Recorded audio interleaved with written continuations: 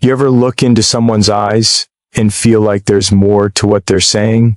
Like the words are just surface noise and beneath it something deeper hums quietly. An intention, a story, maybe even a pain they're trying to hide. See, people are fascinating puzzles. Every movement, every hesitation, every choice they make tells you who they are, or at least who they're trying to be. And understanding people, truly reading them, isn't about judgment or manipulation. It's about connection. It's about navigating the invisible language that we all speak, but so few ever really listen to. Tonight, I want to share with you 5 key truths, 5 ways to see beyond the words into the quiet motives that drive human behavior. You know, we spend our lives surrounded by noise, voices, opinions, notifications, headlines, all shouting to be heard. But the truth is, the most important things people try to tell you, they don't use words for that. They hide them. They bury them in pauses, in hesitations, in the subtle shift of an eye or the quiet drop in a tone. Listening, real listening, isn't about hearing words. It's about hearing intent. It's about the silence that leaks out between the words. It's about tuning into the frequency beneath the sound. You can be sitting across from someone, a friend, a partner, a stranger, and they're talking, smiling, maybe even laughing, but something feels off. You can sense a small fracture in the rhythm of their voice, a stillness that doesn't belong. That's the human truth trying to break through the performance. That's the unspoken. I once knew someone who could light up a room. You know those people. They make everyone feel seen, heard, alive, but when the night ended and everyone left, there was this emptiness behind their eyes. They'd smile, but their shoulders dropped just a little too soon. They'd say, "I'm fine," but the words came out a second late, like they had to drag them across a battlefield first. That's what it means to listen to what's not said, to see beyond the practice lines, because everyone carries a story they're not ready to tell. Most of us were never taught to listen that way. We were taught to wait our turn to speak, to respond, to fix. But sometimes people don't need you to fix anything. They just need you to hear them, even when they can't say it. Especially then, the power in listening to what's not said comes from awareness, being present enough to notice the cracks in someone's armor. Maybe it's a tremor in their voice when they say, "I'm okay." Maybe it's the way they pause before answering, the way they laugh too loudly at a joke that isn't funny. Maybe it's the way they look at the ground when you tell them they matter. When you catch those moments, you're not just observing, you're witnessing. You're stepping into a sacred space where vulnerability hides. And if you hold that space with patience, people start to unfold, slowly, gently, like the first light creeping through the blinds after a long night. Think about it. When was the last time someone truly listened to you? Not to reply, not to compare, not to correct, but just to understand. You remember it, don't you? Because that kind of listening is rare. It's a kind of love. It says, "I see you, even when you can't explain yourself." I once met a man on a film set, a quiet guy, always polite, always smiling, never complained, never made a scene. But something about him felt heavy. He'd crack a joke, and everyone would laugh, but I'd catch him a few seconds later, his face slipping back into this faraway stillness, like the light had left him. One day during lunch, I just asked him, "How are you, really?" He didn't answer for a long time. He just looked down at his hands. Then he said, "No one ever asks that and means it." That hit me, because it's true. Most of us don't mean it when we ask how someone is. It's small talk. But when you ask and wait, when you let silence fill the space without trying to rush it, people feel that. They feel the safety. And that's when the truth starts to whisper. Silence is where truth lives. Words can lie, silence doesn't. Psychologists say that over 70% of communication is nonverbal. Think about that. More than half of what people are trying to tell you has nothing to do with what they say. It's in the pauses, the sighs, the stillness after a sentence. It's in the rhythm of their breathing when they're pretending to be calm. It's in the way they move their hands, whether they meet your eyes or glance away. There's an art to noticing these details, not to expose people, but to understand them.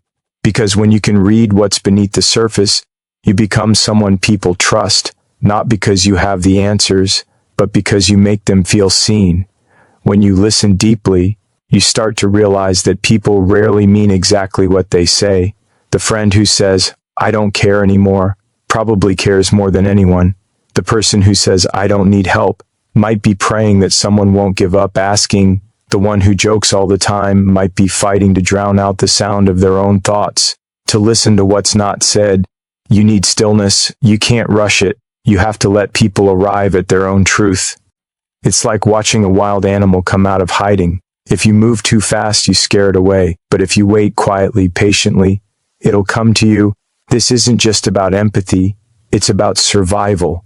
Understanding others on that level helps you navigate life with more clarity, whether it's in business, friendships, or love. Being able to sense the hidden motives behind someone's words can protect you from deception, and it can also open the door to deeper connections. You might be sitting across from a boss who says, "We're just making adjustments." But you hear the tension, the uncertainty in their tone, and you know layoffs are coming. Or you might be talking to a friend who insists they're over someone, but their whole body goes still when that person's name comes up.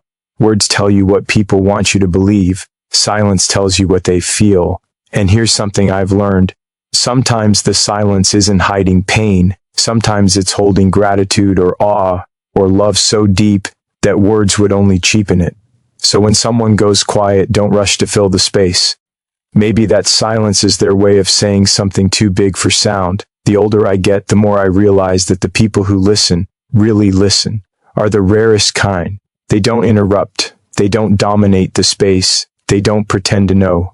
They just show up, and that's enough. That's everything. So, next time someone talks to you, don't just hear them, watch them. Feel the rhythm of their breath, the weight of their pauses. Notice when their eyes wander, when their body tightens. Don't be afraid of silence. Let it breathe between you. Because in that silence, truth gathers. We live in a world where everyone wants to be understood, but few take the time to understand. If you can be that person, the one who listens to what's not said, you'll see the world differently. You'll see people differently. You'll start to notice that even the strongest among us have cracks, and even the quietest carry storms. You'll realize that pain and love and hope all speak their own language. You just have to be willing to hear it. And when you do, when you truly listen, you'll discover that beneath all the noise, all the masks, and all the silence, people are just trying to be known. And maybe that's what we all are. There's this thing about people that most of us miss because we're moving too fast. We think we see them, their words, their smiles, their gestures, but what we're really seeing is just a mask. The truth hides in the details, in the fleeting flashes most people overlook. The art of understanding someone isn't found in the grand moments. It's hidden in the micro moments. Those tiny, almost invisible shifts that happen before the mind has a chance to disguise them. If you want to really know someone, to sense their motives, their feelings, their truth, you have to slow down. You have to pay attention to the fragments of honesty that appear for only a heartbeat and vanish before words can catch up. A flicker of doubt, a breath held too long, a smile that doesn't reach the eyes. That's where the story lives. I once worked with a guy who had the best poker face I'd ever seen. Always calm, always collected. You could have sworn nothing rattled him, but there was this one tell, barely a second long. Whenever he was about to say something he didn't believe, his right eyebrow twitched just slightly, like a glitch in the system. Most people never noticed, but once I did, I couldn't unsee it. Every time he spoke, that tiny movement told me when his words and his truth were out of sync. It didn't make him a bad person, just human. We all do it. We all leak truth through the cracks of control. Psychologists call them micro-expressions, those split-second flashes of emotion that reveal what someone really feels before they can cover it up. Anger, fear, sadness, contempt, they slip across the face faster than thought. You can't fake them. You can't hide them. They're the soul's reflex. Think about the last time you were in a difficult conversation. Maybe you were trying to stay calm, trying to look fine, but inside you were breaking. Remember how your jaw tightened for a moment? How your eyes blinked faster? That's what I'm talking about. The body doesn't lie. It tells on us in whispers of motion. The trick is learning to notice those whispers. That's not about suspicion or reading people like a detective. It's about presence. When you slow down and actually pay attention to the human in front of you, you start to see the world differently. The noise quiets, and you begin to catch truth in real time. I once met a young woman at an event. She was confident, charismatic, the kind of person who seemed to have everything figured out. But while she was talking about her success, she touched her necklace again and again. Same motion, same spot, almost like she was grounding herself. Her smile was perfect, but her fingers were shaking. Later, she admitted she was terrified of failing, that every compliment felt like pressure. That little gesture was her anxiety speaking when her words couldn't. It's fascinating. We communicate thousands of times a day without realizing it. A foot tapping under a table isn't boredom. Sometimes it's nerves. Crossed arms aren't always defensiveness. Sometimes it's just a shield, a way to feel safe. The smallest things can tell you what words won't. In business, in relationships, in friendship, those micro moments matter. They tell you when someone's engaged, when they're drifting, when they're lying, when they're hurting. If you can see them, you can connect deeper. You can lead better. You can protect yourself. You can heal someone without even saying a word. But here's the part people miss. Reading those signals isn't about control. It's about compassion. Because when you notice the truth beneath someone's performance, you start to see their humanity. You realize that most people aren't trying to deceive you. They're just trying to survive. They're trying to hold themselves together. I remember talking to a friend who'd just gone through a breakup. He said he was fine, smiling, laughing, making jokes about how it was for the best. But while he was laughing, he exhaled too sharply, like he was forcing the air out of his lungs. It wasn't the laugh of someone okay. It was the sound of someone trying not to cry. That one breath, that one micro moment, told me what he couldn't admit.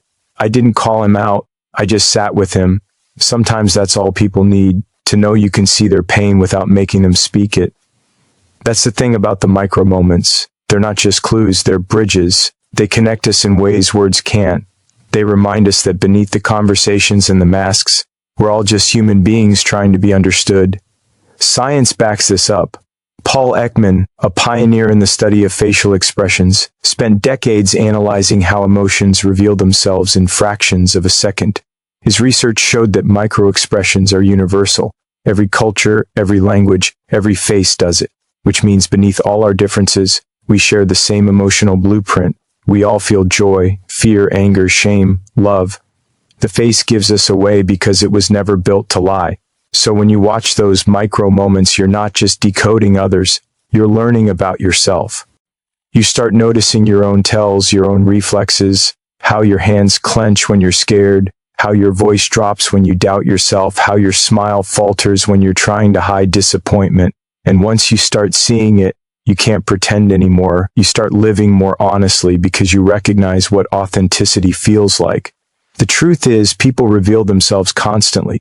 It's just that we've stopped paying attention. We're too busy thinking about what to say next, how to look right, how to win, how to move on. But when you slow down and see, really see, the person in front of you, everything changes. You begin to understand that connection isn't found in perfect words. It's in eye contact that lingers half a second longer than expected. It's in a sigh that escapes before the story begins. It's in the way someone's shoulders drop when they finally feel safe. Sometimes that's all it takes to change someone's day, catching the moment they almost hide and letting them know you see them anyway. That's what gives people courage to be real. There's this quiet magic in awareness. You don't need to confront people or call them out. Just being attuned to them changes the space between you. It builds trust. It creates calm. It tells them, you don't have to pretend here. It's not easy. It takes patience. It takes empathy. It takes putting away your phone, quieting your mind, and being willing to look a little deeper. But when you do, when you learn to watch the micro moments, you'll start to see the whole world differently. You'll see how truth flickers across faces like light through leaves. You'll see that every smile hides a story, every silence holds a reason, and every person is more fragile than they appear. And maybe that's the greatest gift of all, to see someone not for who they pretend to be, but for who they are in the split second before the mask returns. Because that instant, that tiny fragile human moment, is the purest form of honesty there is. And when you can see that, you understand that the art of reading people isn't about watching them, it's about honoring them. It's about meeting their truth, even when they can't speak it, and that changes everything. Most people see what's right in front of them and stop there. They see how someone acts, what they say, what they do, and they take it at face value. But the truth is, behavior is only the cover of a much larger book. If you judge someone by their behavior alone, you miss the story that shaped them. You miss the reasons, the fears, the heartbreaks, the lessons that built the person standing in front of you. Every action, every reaction, every silence has a history. Nobody wakes up angry for no reason. Nobody becomes cold without a cause.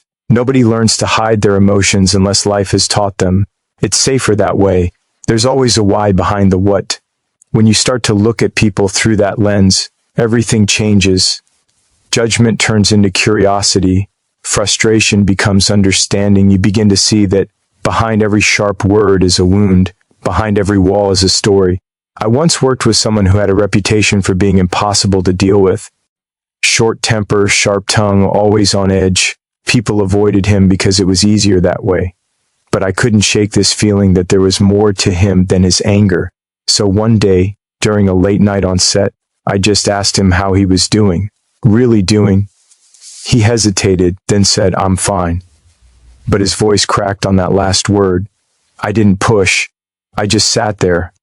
A few minutes later, he told me his wife had passed away the year before. He'd been carrying that pain alone, too afraid to show weakness in front of others. His anger wasn't aggression. It was grief with nowhere to go. That moment changed everything for me.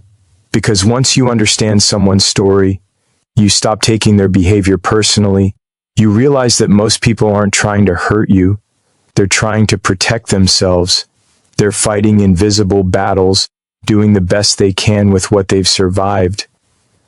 We all have stories like that, moments that left a mark, choices that built walls. Some people grow quiet because life taught them that being loud doesn't make them heard. Others become loud because being quiet once made them invisible. Some learn to please everyone because disappointment once broke them. Some trust too easily, some never again. None of it comes from nowhere. It's all data, written in the language of survival. And yet, so often, we mistake the symptom for the source. We see someone who withdraws and call them cold. We see someone who argues and call them difficult. We see someone who can't say no and call them weak. But if you knew their story, if you knew what happened before, you'd see strength, not weakness. You'd see resilience in the very behaviors that frustrate you. There's a woman I know who always apologizes for everything, for being late, for asking questions, even for things beyond her control. People tease her for it, call her overly polite. But what they don't know is that she grew up in a home where she had to apologize to stay safe. Saying "I'm sorry" became her shield. It's not a habit, it's armor. Once you know that, it's impossible to see her behavior as anything but courage. Understanding people this way doesn't mean excusing bad behavior. It doesn't mean tolerating harm, but it does mean refusing to dehumanize someone because you only see a fragment of who they are. It's easy to label, it's harder to understand. But understanding is where empathy begins. And empathy doesn't make you weak. It makes you aware. There's a quiet power in asking, "What happened to you?" instead of "What's wrong with you?" That small shift changes everything. It turns blame into compassion. It invites truth instead of resistance. And sometimes that's all someone needs. A moment of safety to tell their story without fear of being misunderstood. When you look closely, you'll see that everyone's story is stitched with contradictions. People who seem cold can be the ones who love the deepest. The ones who push you away might crave closeness the most. The ones who laugh the loudest often cry in silence. And the ones who never ask for help are usually the ones who need it most. Life teaches people strange lessons, and we adapt in ways that don't always make sense to others. But if you take the time to listen, to really listen, you'll start to hear the patterns that explain it all. I remember this moment years ago. A friend who never showed emotion, stone-faced, unshakable. Then one day a dog limped across the street and I saw his eyes well up. Just like that, the mask cracked. He told me he'd lost his childhood dog during a storm, and he'd carried that guilt for decades. It was a small thing maybe, but it revealed something profound. Sometimes the stories that shape us aren't huge tragedies. They're quiet moments of loss, of regret, of love interrupted. And those moments guide the way we move through the world, even when we don't realize it. To understand someone's story, you have to slow down. You can't rush connection. You can't force truth. People open up when they feel safe, not when they feel cornered. The best thing you can offer is presence, a calm space where they can unfold without being judged. That's when the real story begins to surface. And when it does, you start to realize something. We're not all that different. The details change, the names, the faces, the circumstances, but the emotions underneath are universal. Everyone knows what it feels like to be hurt, to be afraid, to be unseen, to be loved. Once you understand that, you stop dividing the world into good and bad people. You start seeing people who are hurt and people who are healing. And sometimes those are the same person at different points in their journey. There's a freedom that comes with that kind of understanding. It makes forgiveness possible. Not the kind that says what happened was okay, but the kind that says, I see why you became who you are. It lets you let go of resentment because you realize the person who hurt you was probably carrying their own pain. That doesn't make it right, but it does make it human. If you really think about understanding people's stories is what keeps the world from falling apart. Without it, we live in a constant state of conflict, misreading intentions, reacting to surfaces, never touching what's real. But with it, everything softens. Conversations shift, relationships heal, hearts open. We all have moments when we act out of fear, when we say things we don't mean, when we shut down instead of reaching out.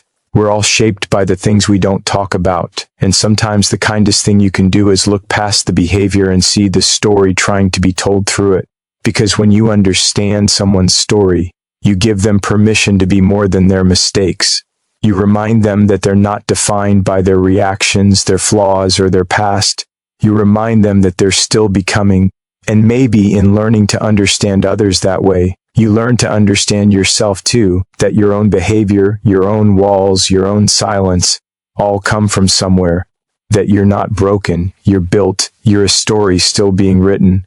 And the more compassion you bring to that, the more human the world becomes. There's a certain truth about people that isn't spoken in words. It's shown in what they protect. You can tell everything about someone by what they defend, by what they can't let go of, by what they quietly guard when no one's watching. It's one of the deepest ways to understand human motives because beneath every choice we make lies something we're trying to keep safe, an emotion, a dream, a piece of our identity, maybe even a wound we've carried too long to risk losing again. When you start paying attention to what people protect, you begin to see who they really are. Some guard their time, keeping it locked away like gold, because once upon a time someone took it for granted. Some protect their hearts, because the last time they trusted someone, it shattered. Others protect their pride because it's the only thing that's ever made them feel in control. And some protect the people they love with a fierceness that borders on self-destruction, because love, to them, is sacred. We all build walls, but those walls don't always hide fear. Sometimes they guard what's precious.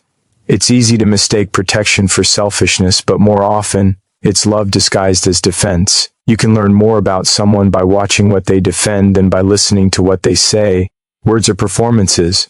Protection is instinct. There was a man I once knew. Successful, intelligent, always composed. On the surface, he seemed untouchable, like nothing could rattle him, but he never let anyone see him fail, not once.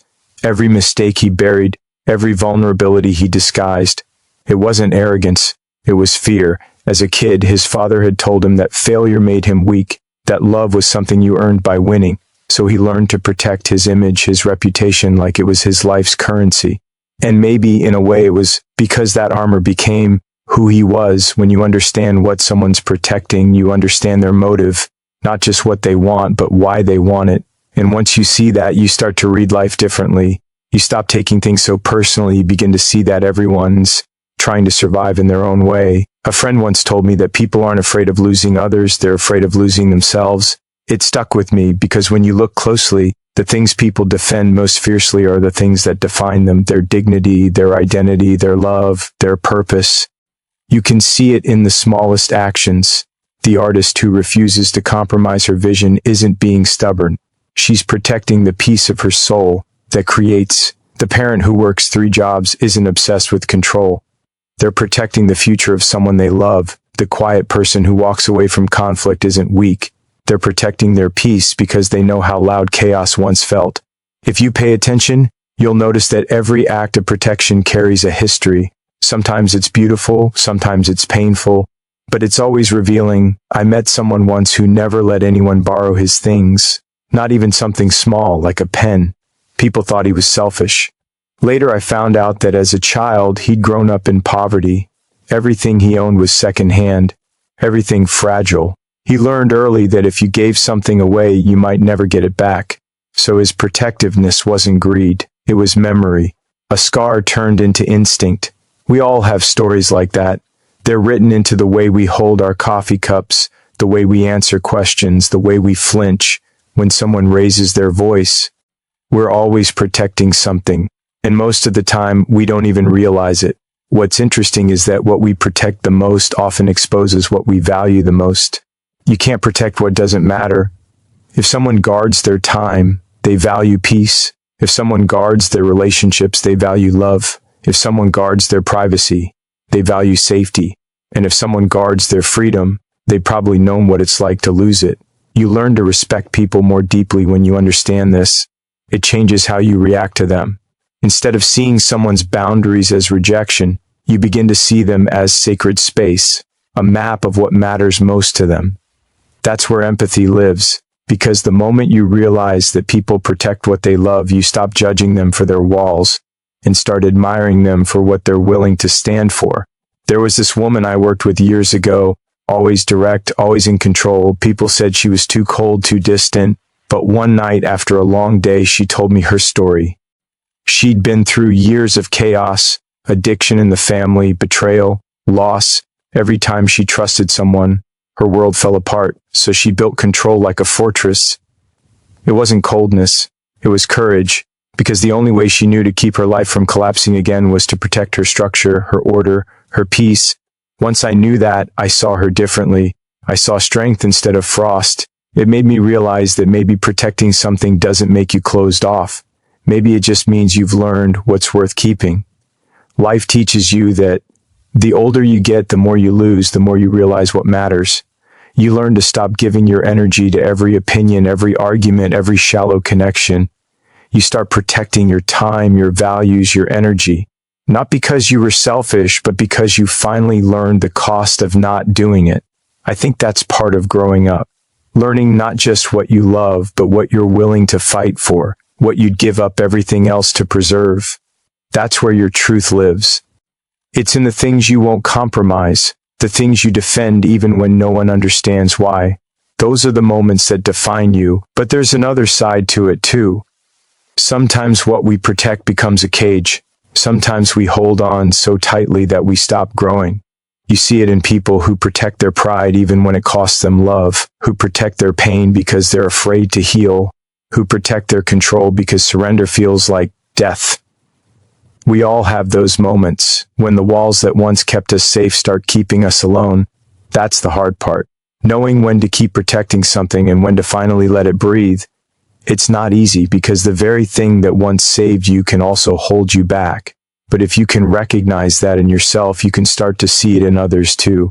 You begin to understand that everyone's protection is just an echo of something that mattered once, something that still matters. And when you see that, when you look at someone and can tell what they're trying to keep safe, you connect to them differently. You stop trying to break through their walls and start standing beside them saying, "It's okay. You don't have to defend this alone." That's how trust is built. That's how hearts begin to open again. What people protect tells you who they are, but it also tells you what they fear losing most.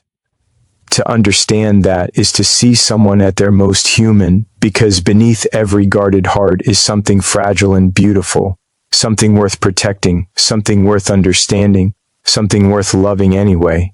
If you can learn to notice what people value and what they protect, you'll start to move through life with more compassion, more patience, more grace. You'll stop reacting to the surface and start responding to the soul. And maybe, just maybe, you'll begin to see that beneath all the defenses, beneath all the masks, every person, every single one, is just trying to keep something pure alive inside them, something they can't afford to lose. There's something powerful about the feeling you get when you just know something without being able to explain it. That quiet pull inside you, that sense that something's off or something's right. It's not magic. It's intuition. It's the oldest form of intelligence we have. Long before we had logic or algorithms, we had instinct.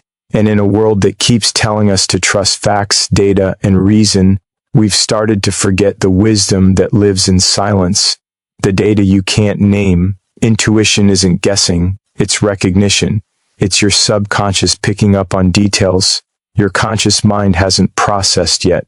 The tone that doesn't match the words, the look that lingers too long, the tension in the air that tells you something's not right. You might call it a gut feeling, but really it's your mind and body working together faster than language can keep up. It's the sum of every experience you've ever had, every moment of awareness you didn't even realize you were storing. I remember meeting someone once who had that kind of calm confidence that makes you want to trust them. They said all the right things, smiled at all the right times, but something about it didn't feel real. There was a stillness beneath the surface, too still, like water that hides a current. My mind had no evidence, nothing to point to, but my gut said, "Be careful." Months later, that instinct made sense. Their intentions hadn't been what they seemed, and I realized something. Your intuition will often speak before the truth reveals itself. The mistake most people make is thinking that intuition is some mysterious force reserved for a few gifted people. It's not. We all have it. It's part of being human. The problem is we drown it out, we second guess it, we let noise and logic overpower the whisper that's trying to guide us. But the truth is, intuition doesn't shout, it nudges, it waits. And if you slow down long enough to listen, it can save you from a lot of pain or lead you toward something extraordinary. Science backs this up. Researchers at the University of Iowa once ran a study where people were asked to play a card game. Unknown to them, one deck was stacked to win, the other to lose. It took the conscious mind about 80 turns to figure out the pattern, but the body knew by the 10th turn. Their palms started sweating whenever they reached for the losing deck. The body knew what the brain hadn't caught up to yet. That's intuition, your nervous system reading the world faster than your logic can. We've been trained to believe that if we can't explain it, it's not real. But the truth is, some of the most important decisions in life don't come from data. They come from that deep knowing inside.